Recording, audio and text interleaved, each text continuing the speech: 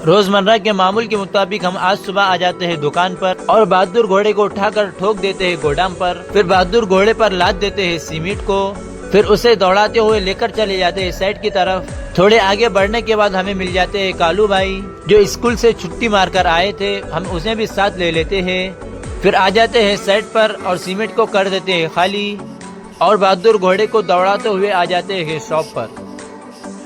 दुकान पर आने के बाद फिर हम उठाते हैं बहादुर घोड़े को और उसे लेकर चले जाते हैं ईंट प्लांट पर, जिसमें हमें लादना होता है बहुत सारे ईंटें। इसलिए मैं और टोपी वाले भाई दोनों मिलकर बहादुर घोड़े पर ईंटें लादने लगते हैं। अगर आपने अभी तक हमारे अकाउंट को फॉलो और हमारे चैनल को सब्सक्राइब नहीं किया हो तो जाकर फटाफट फेसबुक पर और इंस्टाग्राम और यूट्यूब पर सब्सक्राइब करें।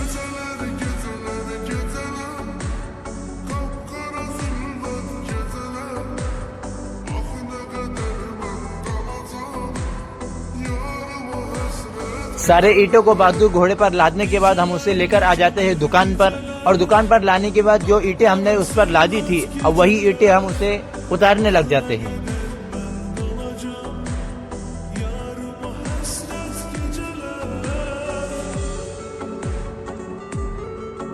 बहादुर घोड़े को मैं दोबारा से बिठा देता हूँ गोदाम पर और उसमें भरने लग जाता हूँ सीमेंट। मैं एक एक करके सारे सीमेंट के कट्टों को गाड़ी में लोड कर देता हूँ। फिर मैं बहादुर घोड़े को लेकर आ जाता हूँ उस साइड पर और इन भाई साहब को एक एक करके सारे कट्टे उनके सर पर दे दिया उठाकर।